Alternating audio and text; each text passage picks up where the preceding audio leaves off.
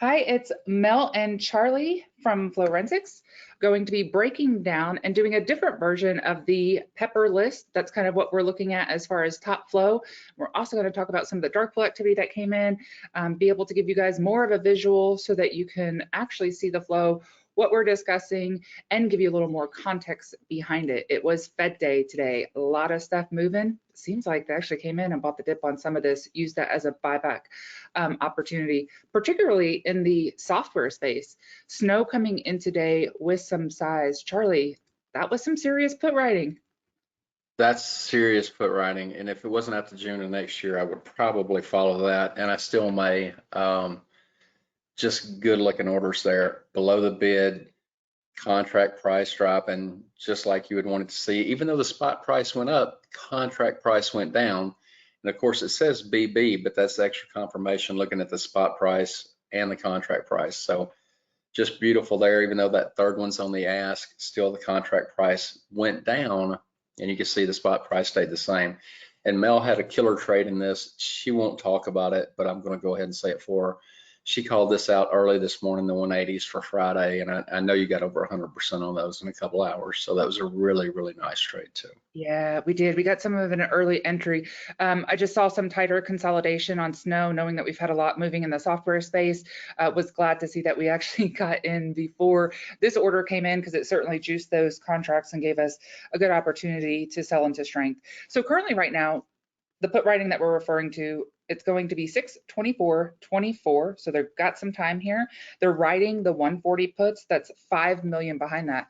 This is new terminology for some people. I understand that. So I do want to just take one brief second and kind of talk about what that is. They're writing those puts. Those are sold to open. They want to collect that premium. And as long as the price at the time that these expire doesn't drop below 140, they've profited. They get to keep all of that premium writing.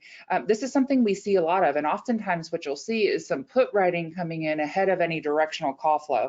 It's a way to kind of, you'll usually see kind of like a bottom start to carve out in a stock, and then they'll start to get aggressive in calls.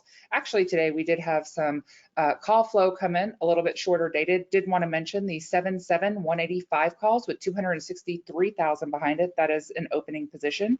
And Snowflake has an event coming up. So we know we've kind of seen some runners, have been getting some nice commentary from the bigger names off of some of these events, so definitely worth keeping on your radar. Snowflake Summit 2023 is going to be 6/26. Bigger news yesterday on United Healthcare, big drop, which pretty much just, of course, took the whole sector down with it. With that being said, that's kind of the stuff that you're looking for on these bigger drops. Are they coming in and buying the dip? And they certainly did in Humana. A bull risk reversal. Do you want to walk through what that is, Charlie? Yeah, bull risk reversal. So on this one, they sold, they came in pretty much low of day, and what they did out to August is they sold the 410 puts for $8.10, collecting 704,000.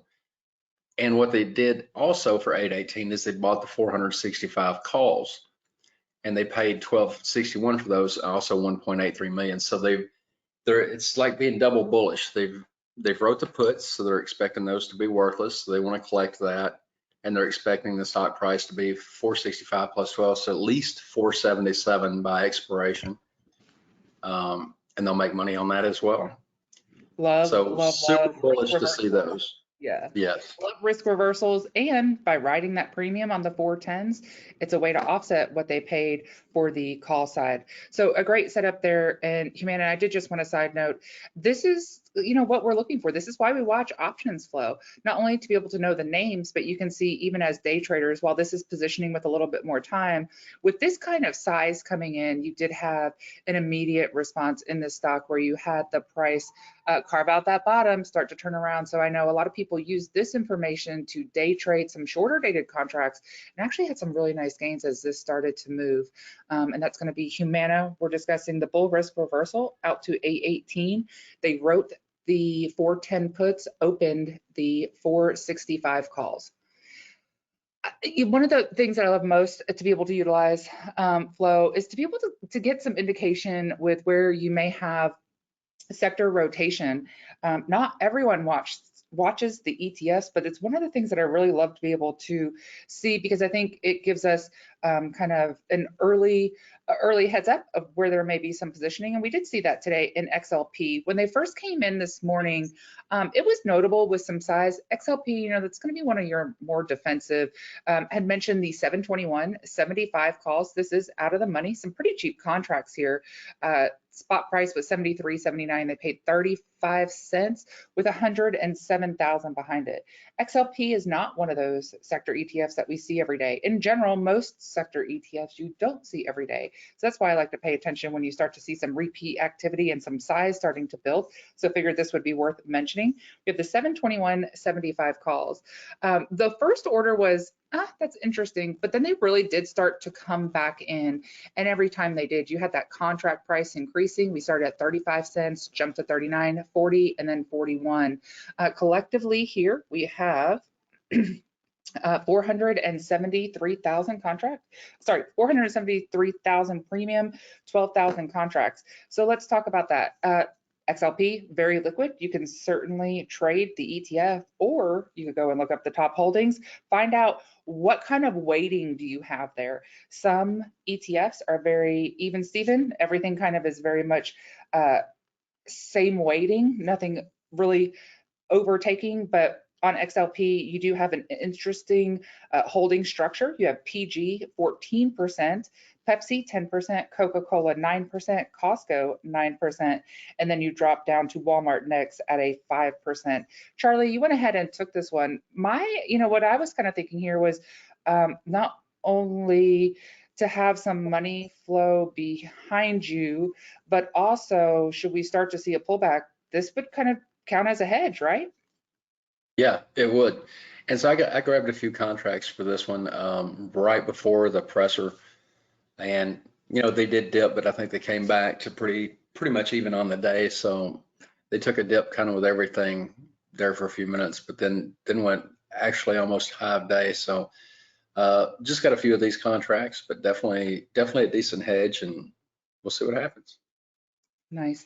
I am in some XLU off of some activity that we're seeing, not only call flow wise into August, but also into some of the individual names with some dark pool activity. So giving myself some time there, but kind of my same thought, that could be a good hedge, get an early jump into some rotation. That's pretty much like what we have as far as some of the top watch. Oh, absolutely. Actually, we have KWEB. How could I forget? Another ETF. Let me get us back over to what came through today. I would say right out of the gate, started to see some activity in KWEB, specifically talking about some weeklies, which is a little unusual. You don't typically see the weekly positioning. I am Central Time, so you'll see at 8:44, that's not even 15 minutes into the market, they came in with 105,000 into this week's 2950s. We like KWEB, really, really liquid. And what is KWEB? It's your China Internet ETF. Very liquid and very tradable, but it also gives you some insight into that whole sector in general. And we definitely started to see some moves in KWEB. Charlie, you took a position here. Can you talk through that? Because I think you locked in some profit. Did you carry any? I carrying 40% of the position. We got out of 60% of it at about, I think it was 36%, but I went with the 28s for the same date. I went in the money instead of out of the money. So I took the 28s and did pretty good on those, holding a couple. We'll see what happens. I think China's got some data tonight, so hopefully it comes in our favor. Yep. But wait, there's more. Not only did we have the initial activity right out of the gate to kind of give us a little clue early on into the market open that there was some interest there in some China names, they did actually come in and position here with some size. So you kind of have two things going on, shorter dated, longer dated. Got pulled up the January 19th at 35 calls. So you've got some time here, out of the money, but with some time, and you've got size behind it. I think we're about 7 million in premium. That's 39,000 contracts. So you've got definitely a larger position building here. But wait, there's more. So if it wasn't enough to just kind of already see the ETFs and what we had coming through KWEB, another reason I love to watch ETF flow is because this is where you'll have some of the leverage. And most of the time, it'll be like one little line item and something so obscure. And most people don't know that there is a 2 times leverage KWEB. It's CWEB. So right at the same time, they came in the afternoon into the KWEB 616 2950 calls. You had the CWEB 616 43 calls, and that's going to be, again, a 2x leveraged on KWEB. So we're getting this kind of like layering with the ETFs of kind of where there's interest. And remember, an ETF is not going to move by itself. It's going to be actually the individual stocks that are moving that. So even if you don't like to trade ETFs or you don't think that you'll get the leverage that you'd be looking for, now you know you can start looking at those individual names. We had definitely had a nice move on BABA, Baidu, NTES. We've been seeing some dark pool activity, a lot of stuff, a lot of factors kind of coming together, and yet even more to kind of add to your confluence. And that's what we all want to do, just that every box is checked and we're kind of getting that trade that fits, you know, all of those factors for us. Late afternoon, an hour before the close, you had yen, another leverage that's 3 times China bull ETF coming in short dated again for the weeklies, the 4250s, 4150s. One side note I would like to mention is that KWEB is extremely liquid. I can't say that I've traded CWEB before. I have in yen. They can be a little bit illiquid or not as heavily traded. So, you know, if you got in, you may have to fight a little bit of a wider spread to get out.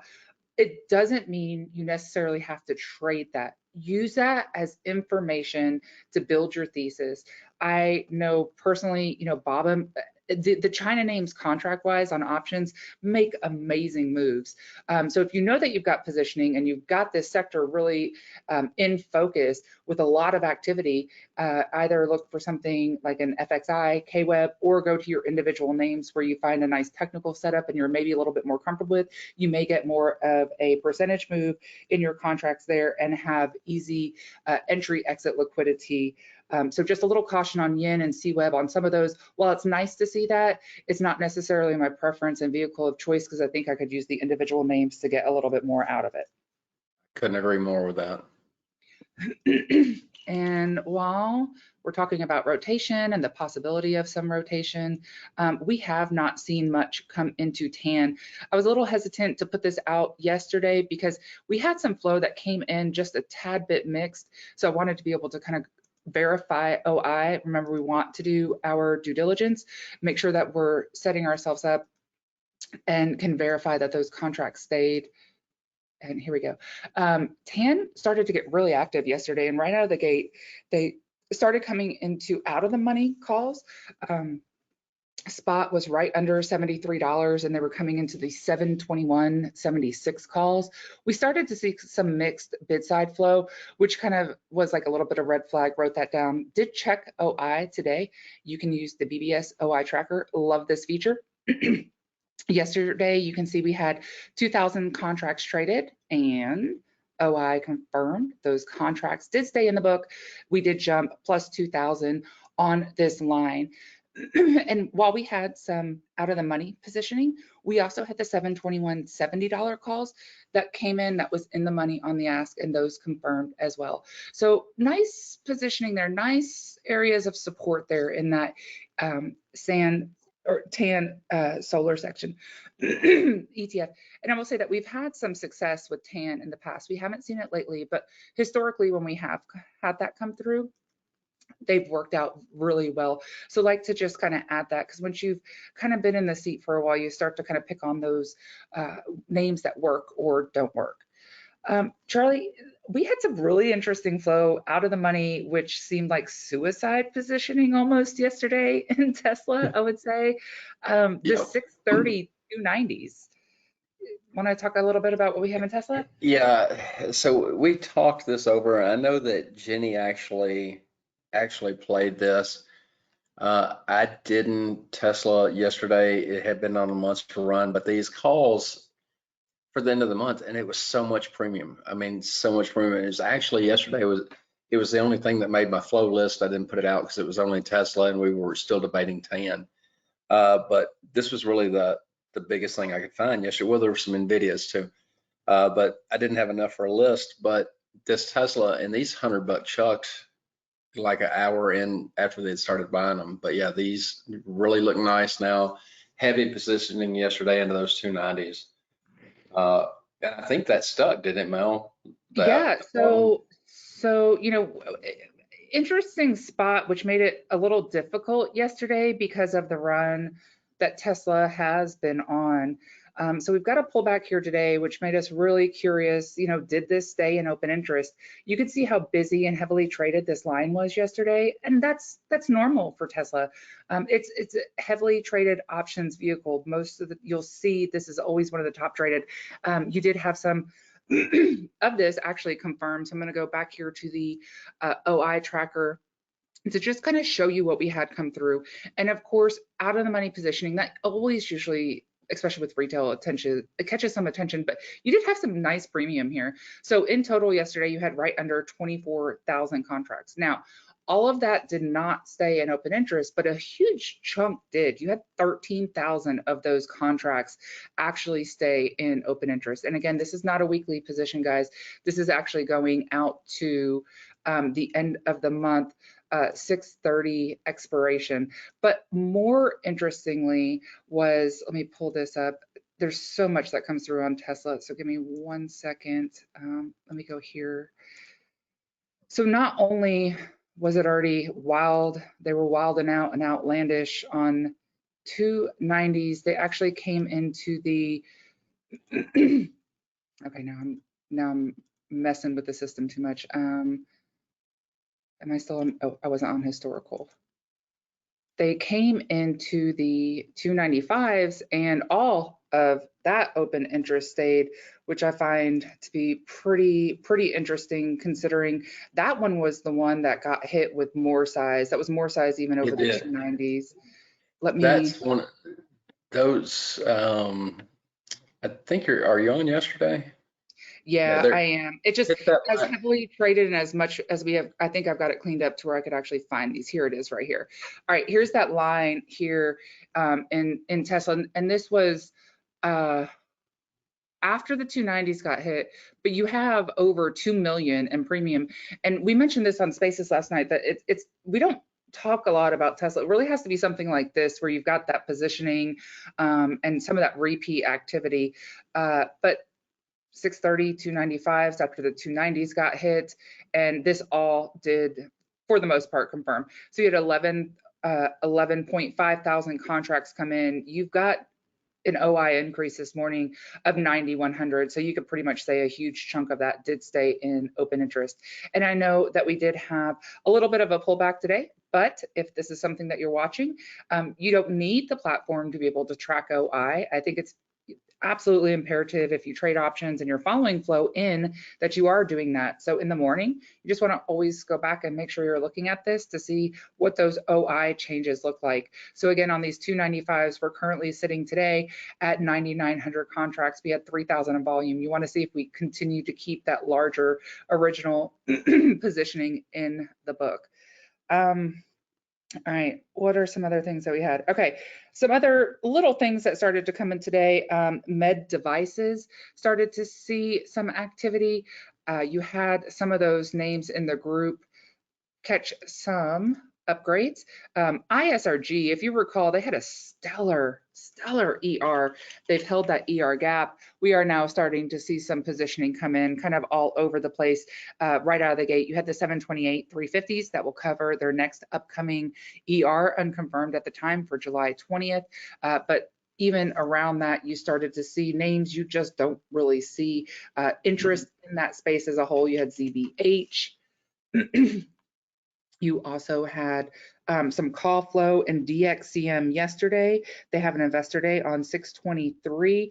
And then we also had Stryker, another one, even on this gap up, starting to see some positioning, better position, 7/21, 300 calls. Interestingly enough, that is going to be ahead of their ER currently unconfirmed for July 25th, and then they started to position with some time in some out of the money January 340 and 350 calls. One last thing I want to mention while we're talking about some of the software names and upcoming events. MDB, another one that just really killed their ER. You've got a pullback and a bounce off of the AEMA on the daily chart. You've got some speculative flow coming in for next week, 392.50 calls. Not a lot of size there. It's cute. It's $83,000. But more importantly, what I'm trying to mention is that there is an investor event next week. They have MDB investor session at MDB local on 6/23. So something at least to keep on your watch list. And we do plan to make these kind of a joint effort where we're not only talking about the flow, but we're also talking about some dark pool activity. So you are able to download the full report of everything that has come in throughout the day. It's one of my favorite things once the market closes to be able to check out. I'm going to blow this up, take a picture of this so that you can go and look at some of these and the charts, because I'm going to be very brief here.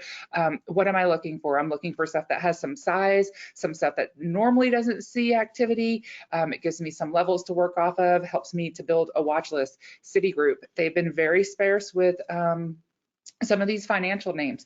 I mentioned on Spaces yesterday, we had a larger dark pool print in the XLF. Well, now we've got some size in Citigroup, 3.3 million shares at 48.81. STNE, that's one of those Buffett stocks. This one, I want to actually pull up this chart because I do want to make sure this is on people's radar. You've had, look at this basing, STNE. This is a weekly chart. I mean, you've got this rounded, just looks good. Keep this one on watch because this one has made a power move. You finally got that pullback, and now we have larger dark pool activity. This is not a name that we typically see stuff, and the system is telling you that even here with 3.1 million shares, that's 61% of 30-day average volume. While we've had a lot of the EV names running, LI definitely can be one of those that move. 2 million shares, that's 24% at 30-day average volume. We talked about a little of the utilities. You have 1.9 million. I didn't even know this is a utility name. I've never even heard of this one before. 50% at 30-day average. And then also looking at some of our mega caps, Tesla today with some size, you had 1.5 million. That acted as a level of resistance today. Once we had this larger print come in, we continued to kind of fade and sell off throughout the rest of the day. I would keep this level on watch. That hold number tends to be kind of sticky. You've got PayPal, 1.36 million, SoFi, 1.26 million. So between Citigroup, STNE, PayPal, SoFi, you've got some of that financial sector payment processing seeing some attention, so definitely worth checking out those charts. We appreciate your time. We look forward to doing more of these in this format. Let us know in the comments, is this something you like? Do you just like to see the pepper list? What would you like to see more of? We'd appreciate the feedback and really appreciate your support. Y'all have a good evening. Absolutely. Thank you.